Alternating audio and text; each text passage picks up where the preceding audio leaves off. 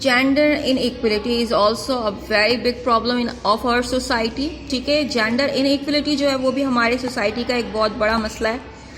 کیا مسئلہ ہے کہ جیسے فار ایگزامپل اگر ایک ہی ادارے میں عورت اور مرد دونوں کام کر رہے ہیں تو بہت مشکل ہوتا ہے کہ عورت کو بھی وہی تنخواہ ملے جو مرد کو مل رہی ہے.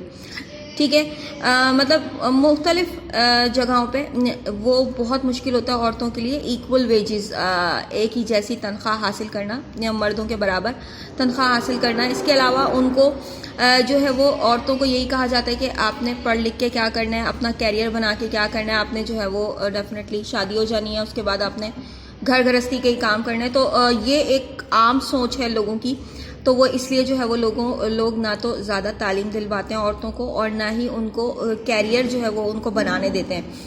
تو کیونکہ آدھی سے زیادہ آبادی جو ہے وہ عورتوں پہ مشتمل ہے, تو اب جب عورتیں جو ہے وہ اکنامک اس میں ایکٹیویٹیز میں پارٹ نہیں لیتی ہیں تو بھی یہ ایک طریقے کا جو ہے وہ ڈکلائن ہوتا ہے کسی بھی کنٹری کے لیے. ٹھیک ہے, تو یہاں پہ ایجوکیشن کا بھی مسئلہ ہے, عورتوں کو تعلیم کے مواقع بھی اتنے اچھے نہیں ملتے. مطلب یوں کہ عورتیں پڑھتی بہت اچھا ہیں لیکن اٹ ڈزنٹ مین کہ ان کو وہی تعلیمی مواقع مہیا کی جا رہے ہیں جو کہ مردوں کو, کیونکہ مردوں کے لیے ایک ہی کانسیپٹ ہوتا ہے کہ بیٹا ہے پڑھ لکھ کے جو ہے وہ باپ کا سہارا بنے گا, لیکن بیٹی کے بارے میں اس طریقے سے نہیں سوچا جاتا ہے.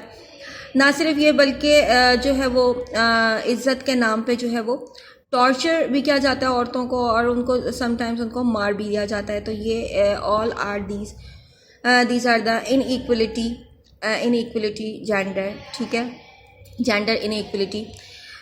اور اس کے علاوہ جو ہے وہ اب سوسائٹی میں بہت سی سوسائٹیز میں ڈفرینٹ مطلب نیشنز میں یہاں پہ ہم دیکھتے ہیں کہ عورتوں کے جو حقوق ہیں اس کے اوپر اس کو دبایا جاتا ہے.